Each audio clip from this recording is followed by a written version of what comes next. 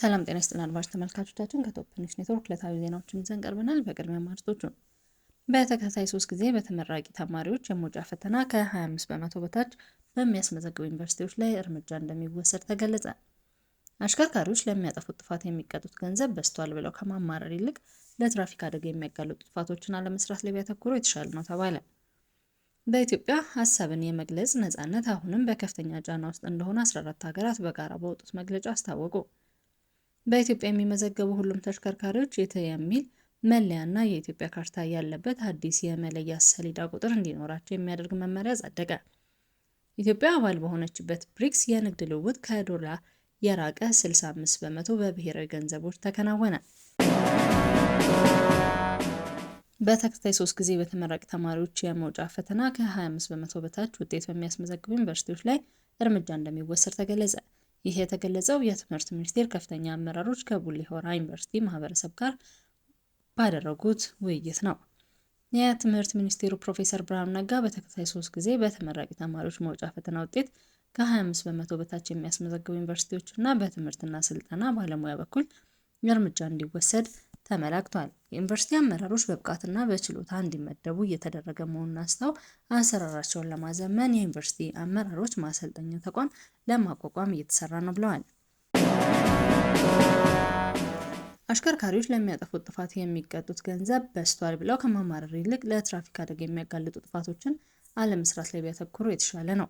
በኢትዮጵያ ለሚያደርሱት የትራፊክ አደጋዎች ከፍተኛውን ድርሻ የሚይዙት አሽከርካሪዎች የሚቀጡትን ገንዘብ በዝቷል እያሉ ከማማረሩ ቅድሚያ ለሰው ልጅ በመስጠት እያሽከረከሩ ያሳሰበውን የመንገድ ደህንነትና ፈንድ አገልግሎት ነው።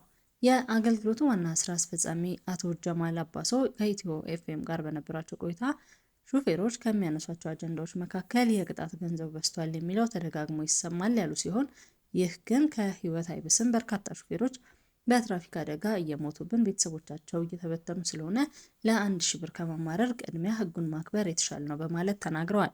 ቅጣት ጥፋተኛ ያልሆኑት ጋር አይመጣም ያሉት ዋና ስራ አስፈጻሚው ለ10 ዓመታት ያህል አሽከርክረው ምንም አይነት ቅጣት ያልተቀጡና ሽልማት የተበረከተላቸው ሹፌርም በምሳሌነት ጠቅሰዋል። የቅጣቱ ዓላማ ሳናጠናው እንድንጠነቀቅ ነው ሲሉም አክለዋል። አንዳንድ ጊዜ በቀጭና በተቀጭ መሀል ስለሚደረጉ ድርድሮች ጨምሮ ሁሉንም ቅሬታዎች እንሰማለን ያሉት አቶ ጀማል ህጉ ስነ ምግባር የጎደላቸው ትራፊኮች ወይም የመንገድ ደህንነቶችን ይቀጣል ብለዋል። እርምጃ የተወሰደባቸውም እንዳሉ ገልጸዋል።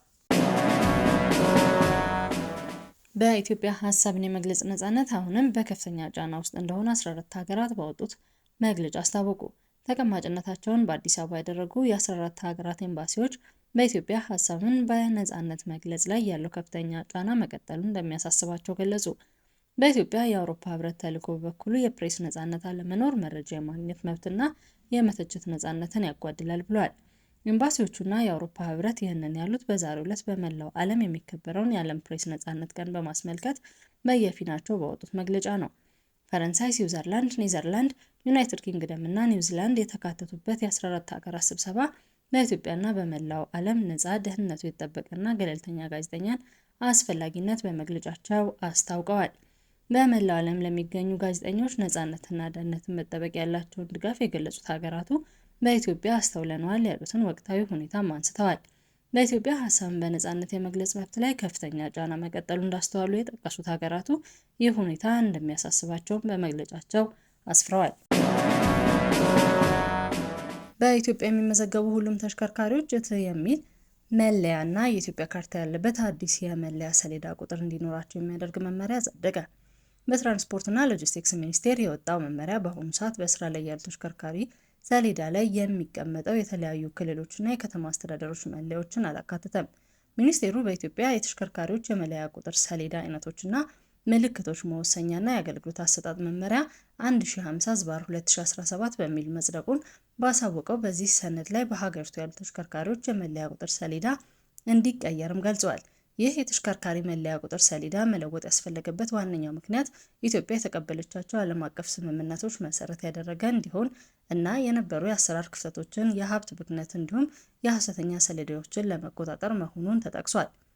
አዲስ በወጣው የተሽከርካሪዎች የመለያ ቁጥር ሰሌዳ አይነትና ምልክት መወሰኛ እንዲሁም የአገልግሎት አሰራር መመሪያ ቁጥር 1050/2017 መሰረት በመላው ኢትዮጵያ አገልግሎት ላይ የሚውሉት የሰሌዳ ቁጥሮች ተመሳሳይ መለያ እንዲኖራቸው እንዲደረግ ተደንግጓል። በትራንስፖርትና ሎጂስቲክስ ሚኒስቴር በወጣው መመሪያ በኩል 2 ስር ለተሽከርካሪ መለያ ቁጥር ሰሌዳ አይነቶችና ምልክቶች በሚል እንደተጠቀሰው ሁሉም የተሽከርካሪ መለያ ቁጥር ሰሌዳዎች በእንግሊዝኛና በግዕዝ ፊደላት ኢትዮጵያን የሚመለከት አጭር ጽሑፍና የሀገሪቱ ካርታ ይኖራቸዋል። በሀገሪቱ የሚመዘገቡ ሁሉም ተሽከርካሪዎች የሚለጥፉት የመለያ ቁጥር የኢትዮጵያ ካርታና ሀገራችን ባጸደቀችው ዓለም አቀፍ ስምምነት መሰረት የተሰጣትን ሀገራዊ ልዩ ምልክት ኢቲኤች እንዲሁም ኢት የሚል የግዕዝ ፊደላትና የላቲን ፊደላት ይዘት እንዲኖረው ይደረጋል። ኢትዮጵያ አባል በሆነችበት ብሪክስ የንግድ ልውውጥ ከዶላር እየራቀ 65 በመቶ በብሔራዊ ገንዘቦች ተከናወነ። የሩሲያ የውጭ ጉዳይ ሚኒስትር ሰርጌይ ላቭሮቭ እንደተናገሩት ኢትዮጵያን ጨምሮ አባል የሆኑ የብሪክስ ሀገራት ብራዚል፣ ሩሲያ፣ ህንድ፣ ቻይና፣ ደቡብ አፍሪካ፣ ግብጽ፣ ኢንዶኔዥያ፣ ኢራን እና የተባበሩት አረብ ኤሚሬቶች በንግድ ልውውጣቸው ከአሜሪካ ዶላር እየራቁ ሲሆን ከ65 በመቶ በላይ የሚሆነው ንግድ አሁን በአባል ሀገራቱ ብሔራዊ ገንዘብ እየተከናወነ ነው። ሚኒስቴሩ ይህንን ያሉት በብራዚል በተካሄደው የብሪክስ የውጭ ጉዳይ ሚኒስቴሮች ስብሰባ ማጠቃለያ በሰጡት መግለጫ ሲሆን ይህ አዝማሚያ ቡድኑ የፋይናንስ ረገድ ያለውን ነፃነት ለማጠናከር ያለውን ቁርጠኝነት ያሳያል ብለዋል። ላቭሮቭ አክለውም ብሪክስ ፔይ የተባለውን ገለልተኛ የክፍያ ስርዓት ለመመስረት የሚደረጉ ውይይቶች እየተሻሻሉ መሆናቸውን ጠቁመዋል።